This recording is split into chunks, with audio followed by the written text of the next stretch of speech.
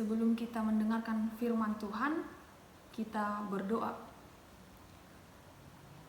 Puji serta syukur bagi-Mu Bapa, buat kasih setia Bapa senantiasa memberkati kami, hingga pada hari ini kami bersuka cita untuk memuji dan memuliakan nama-Mu serta mendengarkan firman-Mu.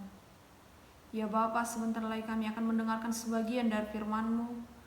Berkati hati dan pikiran kami, supaya kami dapat menerima firman-Mu dengan baik serta melakukannya. Ya Bapa, kepada hamba-Mu yang akan menyampaikan firman-Mu, berikan kebijaksanaan, berikan sukacita supaya bersukacita dan bijaksana dalam menyampaikan firman-Mu dengan baik.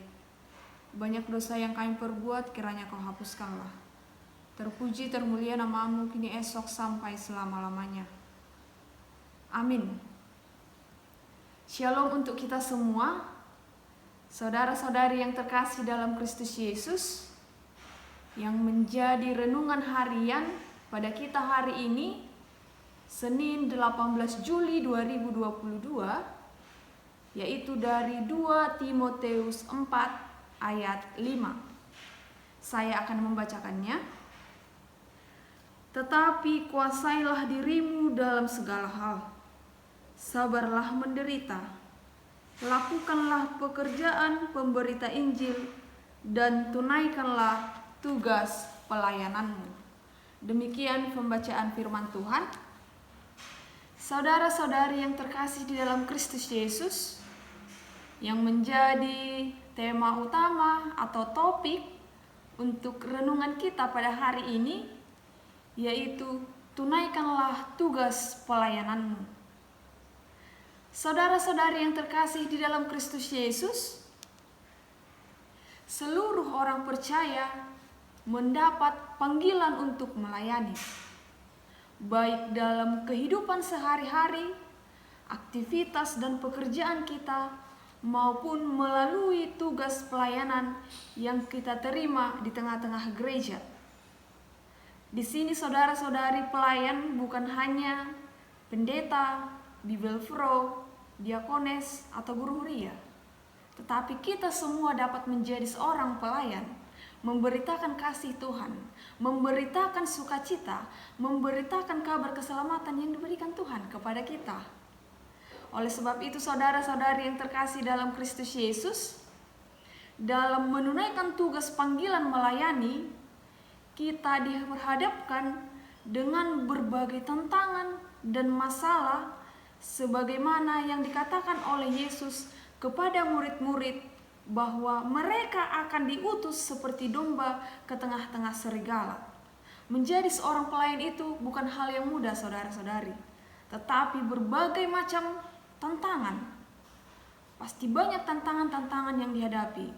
Sama seperti Paulus, kita sudah mengetahui bahwa begitu banyak tantangan yang dihadapinya. Bagaimana tantangannya itu, bagaimana dia menyikapinya, tetapi dia apa? Dia berkomitmen untuk tetap memberitakan firman Tuhan. Bahkan kita mengetahui di penjara pun Paulus, dia masih memberitakan kasih Tuhan lewat surat ya. Oleh sebab itu, saudara-saudari yang terkasih dalam Kristus Yesus, jika berbagai tantangan-tantangan datang ke hadapan kita, ke kehidupan kita, marilah kita berkomitmen, bersemangat untuk tetap fokus ke pelayanan kita.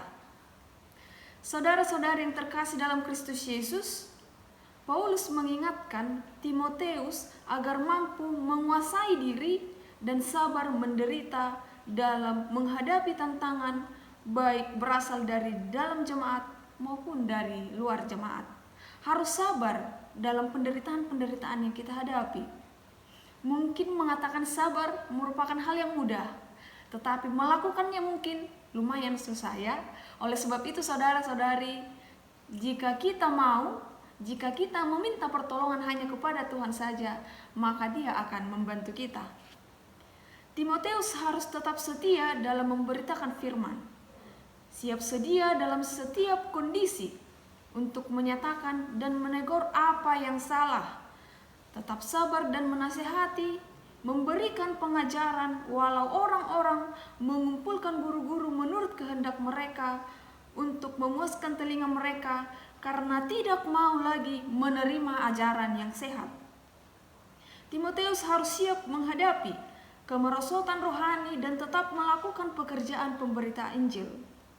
Demikian halnya saudara-saudari, para hamba Tuhan saat ini begitu banyaknya tantangan godaan akibat kemajuan zaman, teknologi, dan mempengaruhi seluruh kehidupan dan kehidupan rohani jemaat tersebut.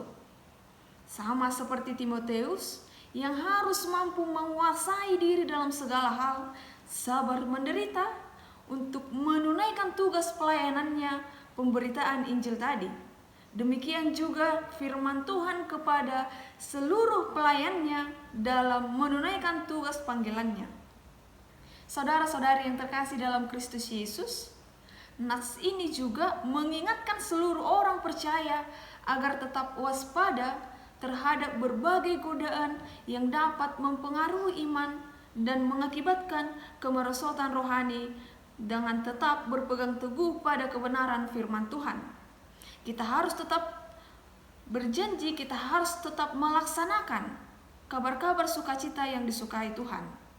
Meskipun banyak tantangan tadi, banyak cobaan, banyak penderitaan, banyak perlawanan, karena nama Yesus kita harus berjuang, kita harus tetap semangat untuk mengabarkan kabar sukacita dengan baik. Amin, kita berdoa.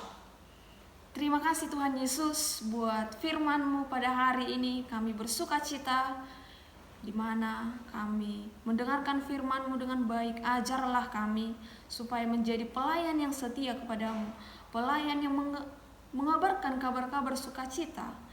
Kiranya kuatkan kami, kuatkan hati dan pikiran rohani kami untuk menghadapi segala tantangan-tantangan yang ada datang pada diri kami.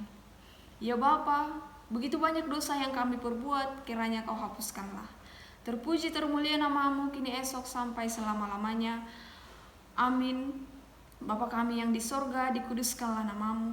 Datanglah kerajaan-Mu, jadilah kehendak-Mu di bumi seperti di sorga. Berikanlah kami pada hari ini makanan kami yang secukupnya.